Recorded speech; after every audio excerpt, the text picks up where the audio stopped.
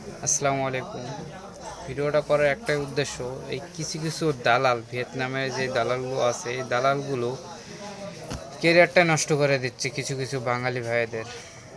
সেটা হলো, এক কথা বলে বলে আরেক কোম্পানিতে লাগাই দেয়, কাজে লাগাই দেয়, দেওয়ার পরে 15 দিন 10 দিন করার পরে বা সর্বোচ্চ 1 মাস কাজ করানোর পরে কোম্পানিও রাখতে পারতেছে না, কারণ দালালি চুক্তি করে নিয়ে যেয়ে কাজে লাগাই দেয়।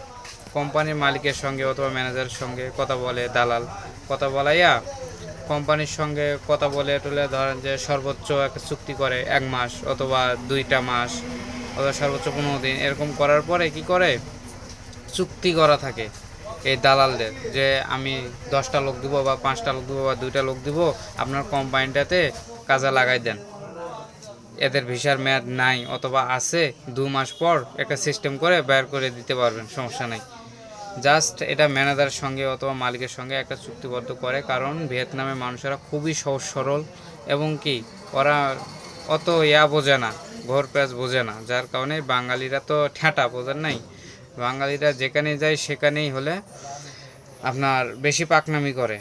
তো এই দালালগুলো এরকম সিস্টেম করে যে আমার এই কটা লোক নেন, 2 মাস পর বের করে দেন। তখন কি করে কোম্পানির খুবই একদিন হঠাৎ করে পুলিশ আসে, অথবা পুলিশের ভয় দেখায় কোম্পানির মালিক অথবা ম্যানেজার যে পুলিশ আসতেছে, হামলা করতেছে, কারণ আমরা তো চিনি না কে না কে। তো এটা এমনিভাবে সিম্পলভাবে আপনার থানা থেকে পুলিশ আসে যে বাঙালি যেন না কাজ করতে পারে, একটা থ্রেট দেয় আর কি। তো এটা তো ঘুষের পুলিশ, সব দেশেই কিন্তু ঘুষ চলে ভাইয়েরা, সব দেশেই ঘুষ চলে। তো সেই সিস্টেম, এই ঘুষের পুলিশ আসে কোম্পানিতে এসে বলবে যে লোক রাখতে পারবেন না, লোক ছাইরা দেন, নাহলে মামলা দেবো, হ্যান দেবো, ত্যান দেবো। সব করা বাঙালিকে এক জায়গায় করে নাম টাম তোলে, ছবি টবি তোলে। তো এই সিস্টেমটা করাইয়া একটা লিস্ট নিয়ে যায় আর বলে যে এত তারিখের মধ্যে যেন এই কোম্পানিতে বাঙালি না থাকতে পারে, এটা বলে। তো এটা বলার পর কোম্পানি তখন ওই যে চুক্তি করা আছে দালালের সঙ্গে, দালাল এদেরকে কিছু দিবে। আর দালাল যখন লোক ঢুকাইছে তখন তো অবশ্যই টাকা নিচ্ছে, যাদেরকে ঢুকাইছে তাদের থেকে টাকা নিচ্ছে কম করে, হলো আপনার $400, $300। $300 নিচে কোনো লোক ঢোকায় নাই। তো এই $300 যে পাইছে এটা তো দালালে পুরোটাই লাভ, কারণ কোম্পানি শুধু জাস্ট কথা বলছে আর লোক কটাক এনে দিছে, এইটুকুই, দালালের আর কোনো খাটনি নাই। তো সেই হিসাব করে কোম্পানিতে যখন পুলিশ রেড দেয় তখন লোকগুলোকে বের করে দেয়। তখন কি করবে, যে দালাল এনে দিছিল এই কোম্পানিতে, সেই দালালকে বাঙালির ভাইয়েরা আবার কল করে যে ভাই এই সমস্যা, ভাই সমাধান করে দেন ভাই, নাহলে কোনো থাকার জায়গা দেন ভাই, খাওয়ার জায়গা দেন ভাই, যেমনি হোক কাজে লেগে দেন, এভাবে বলে। ভাই এগুলো আমিও স্যাক্রিফাইস করে যাচ্ছি। আজ আমি বাংলাদেশে ফেরত, আমি বাংলাদেশে ফেরত শুধু এই কাহিনিগুলোর কারণেই। তো ওদেরকে ফোন করলে ওরা বলে যে ভাই কাজে লাগাই দিছিলাম, 2 মাস কথা ছিল, বা কাজে লাগাই দিছিলাম, ভালোই তো চলতেছে, কোম্পানি যদি না রাখে আমি কি করব। তখন এই দায়ভারটা আর দালাল নেয় না। এই দায়ভারটা না নেওয়ার কারণে এই বাঙালি ভাইয়া যারা আছে এরা অসহায় হয়ে যায়, কুড়ি থাকবে, কই থাকবে, কি করবে না করবে, কবে কেমনে কি বাড়িতে আসবে। আর ওই দেশের নিয়মটা অন্যরকম, পুলিশ ধরবে না, বাট আসার সময় জরিমানা দিয়ে আসতে হবে, জরিমানা যে কই দিবে সেটাও জানে না, দালালের তো অভাব নেই। তো এই হিসাব করে ঘাবড়ে যায়। তো যাদের ভিসার মেয়াদ নেই তারা তো কঠিন অবস্থা, তাদের ভিসার মেয়াদ নাই, তারা কি করবে, তারা দিশাকুল পায় না। তো ওই দালালকে ধরে বলে যে আবার অন্য জায়গায় কাজ দেয়, অন্য জায়গায় কাজ দিতে গেলে বলে যে আবার আমাকে $300 অথবা $400 দাও, যাতে বাংলাদেশের টাকা হয় 36,000 50,000, এরকম একটা অ্যামাউন্ট হয়।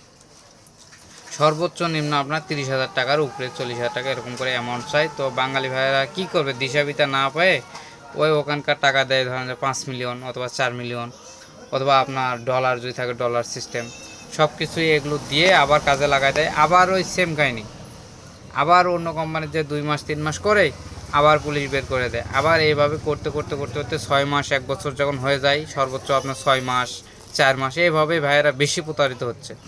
এই 6 মাস হওয়ার পরে দেখা যায় কি আর থাকবার পাচ্ছে না, অথবা 6 মাস 7 মাস এরকম হওয়ার পরে ভিসার মেয়াদ নাই, দেখা যায় যে আপনার 4 মাস ভিসার মেয়াদ নাই, 5 মাস ভিসার মেয়াদ নাই। এরা কী করবে, বাড়িতে আসতে গেলে এয়ারপোর্টে ঢুকতে দিচ্ছে না, ঢোকার পরেই বলে যে জরিমানা দাও, কোথায় দিবে সেটাও বলে না, কয় যে এয়ারপোর্ট থেকে যাওয়া যাচ্ছে না, যাইতে হবে হ্যানই। তো এই বিষয়গুলোর জন্য খুবই সমস্যা হয়। আর প্রতারণার শিকার পদে পদে, এক একটা কিছু করতে গেলে দালাল, আর দালাল এমনভাবে ব্রেন ওয়াশ করে যেটা বাঙালি ভাইদের জন্য কঠিন একটা অবস্থা। এমনভাবে কথা বলে, এমন একটা সিচুয়েশন তৈরি করে যেটা একটা ভালো স্বাভাবিক মানুষ, জ্ঞানী মানুষ অচল হয়ে যায় সেখানে। না পারে দেশে আসতে, না পারে কোনো একটা কোম্পানিতে কাজ করতে, না পারে কোনো একটা কিছু করতে, নিজের চেষ্টাও কোনো সফলতা খুঁজে পায় না তারা। তো এই হলো আমার অবস্থা। ধরেন যে শুধু এটা আমার না, যেই কয়েকজন ভাইয়েরা আছে ভিয়েতনামে, প্রত্যেকটা মানুষের সেম কাহিনি ভাই। ধরেন যে কিছু কিছু শিয়ানা মানুষ আছে, বলবে যে আমার এই কোম্পানিতে আমি চুক্তি করে রাখছি, 1 বছরও কোম্পানি বের করে দিবে না, চুক্তি করা আছে যে কোনো ঝামেলা হবে না, বেতন এত তেত হ্যান ত্যান, একটারও মিল নেই। তাহলে যা কিছু বলবে শুধু ব্রেন ওয়াশ করে দিচ্ছে, কিন্তু কোনো কামেরই না, সব টাকা খাওয়ার ধান্দা। তো আসলে আমি বলতে চাই যে আসলেই যারা এখনো আছেন, অনেকেই চলে যাচ্ছে, কম করেও এটা সংখ্যা বলতেছি না, অনেক অ্যাভেলেবল মানুষ ছিল এবং আছে। তো আমি বলবো 3 ভাগের 1 ভাগ মানুষও এখন ভিয়েতনামে নাই। আর যারা আছে তারা একটু দালাল টাইপের, এদের নতুন নতুন 2-1টা পাচ্ছে, ট্যুরিস্টে ঢোকার পরেই হোটেল ঠিক করে দেয়, সেই করতে করতে একটা অন্য সিস্টেম করে দেয় এদেরকে। তো যারা আছে তারা খুব সাবধানে থাকবেন। এই দালালেরা আসলেই খুব প্রেশার দেয়, একটা বাঙালি যদি নতুন বাঙালি পায় অথবা যদি সেরকম পায়, খুব প্রেশার দেয়। আর যাদের ট্যুরিস্ট ভিসা, এরা হুসিমিন সিটি, ওই সিটির মধ্যে 3টা সিটি, হুসিমিন, ডানাং, ভিয়েতনাম, এই হ্যানয়। তো যাদের ভিসার মেয়াদ শেষ তাদেরকে আসতে হবে হ্যানয়, হয় জরিমানা দিতে হবে, তারপরে আসতে হবে। আর হুসিমিন থেকে আসা পসিবল না, কারণ হুসিমিনিতে কোনো জরিমানা নেয় না। আর হ্যানয় যেতে হলে সব ধরনেরই যাতায়াত আছে, কিন্তু একটু সময় লাগে। আর আমি কথাগুলো গুছিয়ে গাছিয়ে বলতে পারি না, কারণ আমার মনের যেগুলো আবেগ এগুলোই আমি বলি, মনে যেটা পড়ে সেটাই বলি। কারণ আর এই কথার মধ্যে একটা ভুল নাই, এটা আমি চ্যালেঞ্জ করে বলতে পারবো। আর আশা করি দালালের ফাঁদে কেউ পড়বেন না, নিজে একটু চেষ্টা করুন। আর এগুলো আমার সাথেও ঘটেছে, এই আর কি। তো সাবধানে থাকবেন, ভালো থাকবেন, নিজের চেষ্টায় চলবেন। একটা ধরেন যে একটা ফল আপনি খাচ্ছেন, আরেকটা ফল গুছিয়ে রাখার চেষ্টা করবেন আপনারাও, নয়তো বিপদে পড়বেন। আর ভুল টুটিয়ে থাকলে মাফ করে দিয়েন। যদি ভালো লাগে ফলো করেন, কিছু সমস্যা হলে ফোন করে জানতে পারেন।